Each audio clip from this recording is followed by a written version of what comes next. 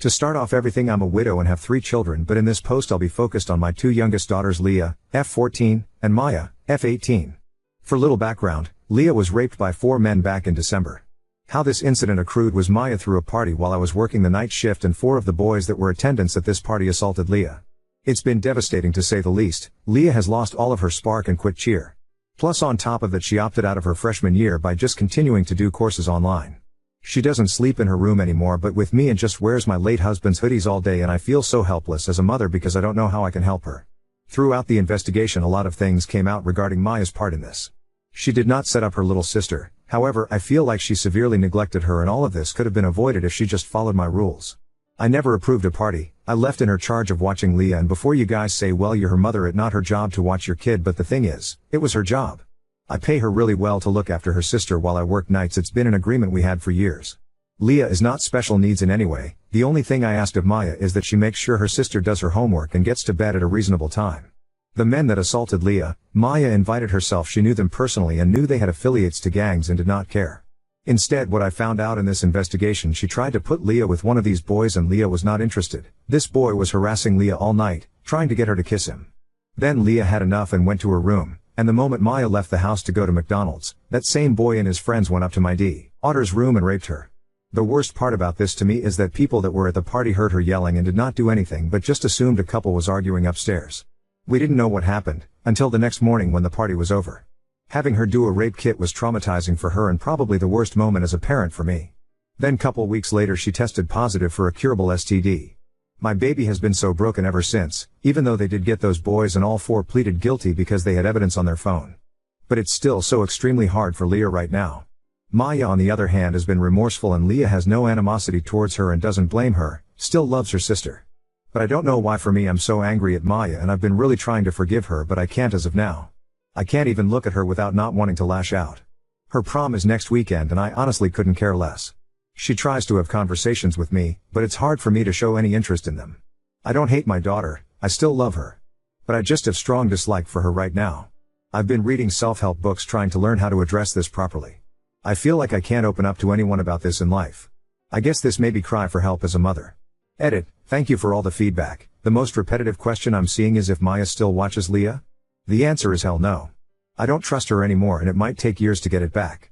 I'm on a leave of absence currently. Also, Leah is not therapy as of right now. She expressed to me she's not ready for that. I think after the sentencing she might be open to it.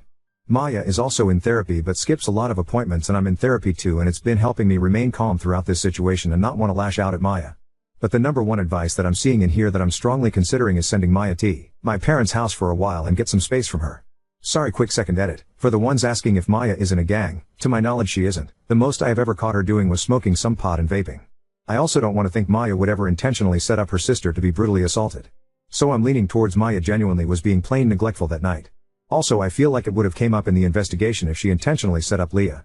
Also, the boy Maya was trying to set Leah up with was 17 at the time. He's 18 now and the other 3 were grown men. Update 1. To put it quite simply, Maya was arrested the night of Leah's attack. She was charged with felony child endangerment and 2 misdemeanors. The judge was very nice to her and made her pay a $2,000 fine, 60 hours of community service and 3 years probation. Plus I took her car, but after this update, I maybe should have given her a harsher punishment. But back to the update. TLDR at the bottom. On Thursday afternoon, me and Maya got into a fight. The dispute happened because Leah came to me virtually upset and on the verge of tears. Because 5 people messaged her that day, expressing condolences about her attack. Leah has been very clear she doesn't want anyone that she knows to know that she was the victim of the attack. Upon further investigation, it turns out Maya told a group chat of 27 people that Leah was the victim. Leah vocalized to me how humiliated she feels and that she can't ever go back to school next year. I of course then go confront Maya about it. She kept saying I was overacting and that Leah was being dramatic. I tried to reason with her to see how she hurt her sister and she did not see the issue. She stopped me off mid-lecture from me and said, "Jesus Christ, Mom, you need to let her deal with this shit instead of always rushing to her defense. Leah is not different from other women in the world that deal with rape, at least they don't make it their entire personality like she does. Also, she's fine." I literally overheard her talk to a boy on the phone last night. It just clicked for me at that moment that she was not actually remorseful at all and that I just witnessed her mask slip. I just responded with "pack your shit up" and that she will be staying with my parents until I allow her back. That's exactly what she did. But the next morning I got a text from Maya to meet her at her therapist appointment that was later that day. Looking back, I wish I had never gone because her therapist majority of the visit only saw her POV, but at the start of the appointment, it opened up with Maya apologizing and explaining her thought process of why she told her friends, and it was because she was venting. Plus she didn't think of it as a big deal because it's public case that was on the news, and Leah seems fine these days. Leah is listed as a Jane Doe and not named nowhere, but I digress. We then get into the nitty-gritty of it all. Maya then tells me in front of the therapist that she feels emotionally neglected by me and that I never seemed to care about her trauma when it came to the situation. Which is for her is having to stay in jail for a weekend and losing one of her friends, which is one of Leah's literal rapist. I wish I can say I'm joking, but I'm dead serious. We were talking about that for the first 30 minutes. Her therapist was guilt-tripping me for not being more emotionally there for Maya and that I should try to see as her mom since their father is no longer with us. But call me an awful parent, but I don't want to be emotionally there for Maya if it involves me having to help her mourn the friendship of the person that ruined her sister's life. The therapist was on one, especially since she kept referring to what happened to Leah as an accident, or that Leah seems happier these days because that's what Maya has been telling her, when Leah is quite literally high off antidepressants and still scores extremely low on the mental health evaluation. But I finally just had an outburst. Feel free to skip over the next paragraph, because there is a massive trigger warning. I get very graphic here. But I'm just reiterating what I said. What I said to both Maya and her therapist was, I think it's kinda disgusting that the two of you are refusing to acknowledge Leah's trauma in this and keep referring to it as an accident. You spent a weekend in jail, while your sister was in the hospital suffering from something your friend did to her. Ironically enough, if you ever listen to Leah, she has said that friend of yours was the most violent towards her during the attack and was the catalyst for the majority of injuries she sustained, including strangling her. So for you guys to sit here and berate me for not caring that you lost your friend because of something terrible your friend did to your sister is absolutely disgusting. My biggest regret right now is helping you obtain a lawyer. I should have let you rot in that cell and let you figure it out yourself. Maya started sobbing in the office at this point and saying it wasn't fair that I blamed her for what happened to Leah. She told me the only thing she was trying to do was have Leah come out of her shell because she kept hovering next to her at the party. The therapist then interjects and asks Maya how did Leah respond to her when she apologized. Maya in such a defensive manner says, apologize for what? I didn't rape her. Even the therapist was shocked when she said that, and at that point, I heard enough and L stood up, threw my hands up, and left. I haven't spoken to Maya since then, and this was Friday afternoon. Maya has been texting me and calling me begging to come home so she can apologize to both me and Leah. But I don't know at this point. I never thought I would be that parent that will have to go no contact with my daughter.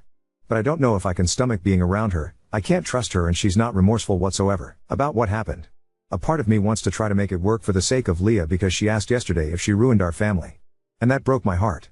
Leah loves and looks up to Maya, and I don't think she can comprehend at this time that Maya also failed her. I'm just stuck, or tell me if I'm wrong for not understanding Maya. I'm sorry for the not so happy update. So I should say what happened that morning at this point. I come home at 8:30ish am from work and my house was trashed and couple of Maya's friends were still there. I of course argued with Maya for a bit about throwing a party, and then I go check on Leah and she wasn't in her room but her sheets were bloody, so I thought maybe it was time of the month and that she was showering or sleeping in my bed. But when I checked my room I did not see her. I started calling Leah and her phone did ring and I heard it come from my closet. It's a walk-in. And I see her wrapped in a blanket like a cocoon. I then shake her to wake up and she wasn't waking up, and I then try to unwrap, and that's when I noticed her scalp bleeding and I saw abrasions around her neck. So I started screaming, someone call 911, and Leah starts waking up in the ambulance and she starts crying, and the first thing she told me is Maya's friend raped her and that she can't get up because she's in so much pain. When the police and ambulance show up, and I honestly didn't care about Maya in that moment, all I told her was to be honest with the police and she should be fine. I didn't know what I know now at this point. They take her to precinct and the cops interrogated her, and after getting a medical report for what happened to Leah, they decided to charge her with child endangerment. I did not see Maya's reaction to when they told her about what happened to Leah. But when she saw Leah once she got out of jail, she gave her a big hug and I thought it was a sweet moment. The only red flag that stands out to me from that time is, Maya did know corporate fully about giving out names because she said she forgot. Luckily DNA results from the crime scene and on Leah, which all 4 of Leah's rapists were already in the system for other crimes. One even being on probation, so they were easy to find, and it was dominoes effect after that. So my oldest is my son. He got married a month before everything went down, and I didn't want to drag him in too much about Maya, because I want him to enjoy the newlywed phase with his wife. Him and his wife are very supportive, and his wife takes Leah all the time for sleepovers or just to get her out of the house. Update 2. I know I'm probably not alone with dealing with this, but my daughter, F14, has been so extremely depressed, rightfully so. She went through 2 traumatic events in the span of 4 years at her young age. She was sexually assaulted back in December and she lost her dad 4 years ago. I just remember when I was 14 I felt like the world was against me and I had both of my parents on my side, and I never been through an assault, so I can't comprehend what she's going through right now. This morning I overheard her crying in the bathroom and I asked her if she was fine and she quickly said she's okay. It just makes me feel so helpless as her mom that I can't help her or take away any of that pain she's feeling. I can't even fully relate to her. Because I haven't been sexually assaulted before and both my parents are still alive. So I feel like I'm a horrible mom because I can't guide her and help her with the situation at hand. I feel like as a mom I should have all the answers and I don't. I just know in her head every time I try to comfort her she thinks, what is this woman talking about, because I feel like I don't know what I'm talking about 99.9% of the time. So any other moms that can relate, please drop some helpful tips. I have 3 kids, M24, F18, and F14. My late husband died very unexpectedly 4 years ago due to COVID. He didn't have a will, but we had a Lee Fay insurance policy that provided a $360,000 death benefit. As his spouse, I received the full amount. I decided to divide the money 4 ways. I would get $120,000, and each of my 3 kids would get $80,000. At the time, my daughters were both minors, so I told them they could access their full amount when they turned 18. However, if they ever wanted to do something pricey, I would allow them to use some of their share. Most of their needs were taken care of by me. My son was over 18, so I gave him his share right away. This arrangement was a verbal agreement, and I intended to follow through with it fully. Recently, however, my middle daughter, we will call her Maya, was arrested in December for child endangerment because she severely neglected her little sister, leading to something awful happening under her care. She had to use some of her $80,000 to pay for lawyer and court fees, which left her with about $65,000. Fast forward to today, and my youngest daughter is still struggling significantly. During her checkups, she scores very low on mental health evaluations and is on a high dosage of antidepressants. She often jokes that if she were to tell us or the doctors how she truly feels, she would be put in a psych ward. Maya no longer lives with us as I felt her presence was doing more harm than good to her sister. She's staying with my parents for now but has been begging me to give her the money I promised after she graduated. I've been hesitant to do so. My sister, who is familiar with the situation, believes Maya doesn't deserve the money and that I should use it to stay home longer with my youngest, who will be alone during the day once I return to work soon. With my youngest declining mental health and school being out, I'm very worried about her. Maya is about to go off to college, and I know most of the money would go toward that. However, I'm still very angry with Maya for the pain she caused her sister. I'm having a hard time making this decision. So, Wibta, if I kept her inheritance? Edit. I didn't expect so many comments, but I reading through all them, to the ones that are asking what would husband say if he was here. I honestly don't know, that's why I'm conflicted. A part of me want to think he would honestly say for me to give Maya the money so she go to college, because college was important to him. But also another part of me knows if he heard the details about what happened to Leah he would be way brutal than I am and disown her permanently, so it's hard to make a call on what would he want when I don't know. Update 3. My daughter Leah has been having a tough time with the aftermath of her rape last December. This past week has been particularly the worst for us. It started last Tuesday when a sheriff and another official visited our home. They informed us that one of Leah's rapists, the one who filmed the assault, had shared the video within a group, and now it's circulating on parts of the dark web. The video was filmed in Leah's room. It contained identifiable objects that revealed where she went to school. I was devastated upon hearing this news. Leah's reaction surprised me. She didn't cry or show much emotion. Instead, she simply shrugged and said, "I figured," before just sitting there in silence. The officials reassured us that it's uncommon for perpetrators to surface in such cases, but they felt obligated to inform us for safety reasons. After they left, Leah resumed acting as if nothing had happened, almost overly cheerful. I attempted to discuss it with her several times, but she avoided the topic. This behavior persisted throughout the week until she unexpectedly revealed that she had written a victim impact statement and wanted to read it herself in court, rather than allowing the prosecutor to do so. She felt that since there was no trial, only the charges against the rapist were known, not the details of what she endured. Her statement is a detailed account of that horrific night, but she is yet to read it to me in its entirety because she breaks down in tears every time she tries. That moment was the only time I saw her express emotion all week, until Saturday night. That evening, Leah appeared unusually cheerful again and mentioned going to bed early around 8 p.m. I didn't think much of it until I received a call from one of Leah's closest friends' mother. She was concerned because Leah's last message to her daughter was a note expressing love and asking her to check on her. I rushed to Leah's room and found she had attempted to overdose on ZQuil. As a nurse, I knew she would recover, but seeing her wake up in the hospital was heartbreaking. She screamed, "Why couldn't you just let me die? I want to die, Mom. I'm tired of feeling their hands on me. I want it to stop. Please let me die." They had to sedate her to calm her down.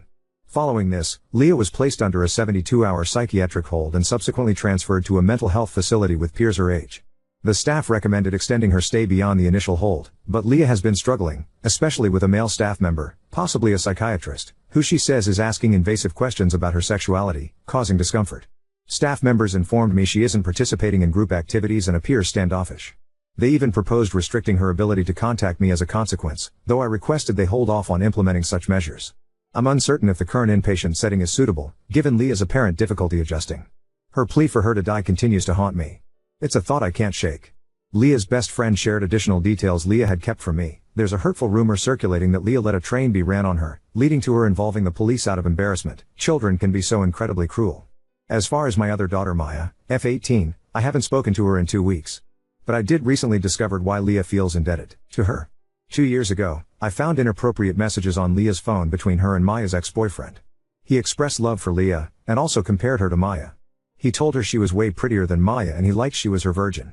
When I told Maya, she was furious and broke up with him, but she believed Leah had betrayed her by engaging with her boyfriend. Even though Leah was 12 at the time and her boyfriend was 17. Maya still avoided Leah for 3 months afterward, and despite Leah's efforts to apologize, Maya still holds a grudge. Leah blames herself for damaging their relationship because of this incident.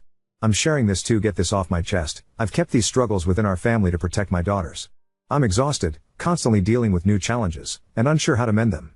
Now, I find myself in the difficult position of deciding whether Leah is mentally prepared to speak at her rapist's sentencing.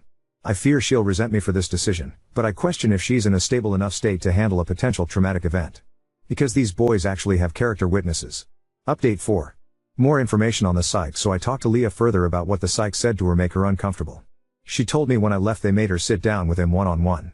To basically debrief why she was there and what's causing her to have these thoughts, and she opened up to him and told her about the rape. However, he asked her if this was her only sexual experience and she told him yes. But he kept questioning her like he didn't believe it was her only experience and saying to her that he won't tell me if it wasn't that she can say it, and she kept having tell him no, that was her only experience.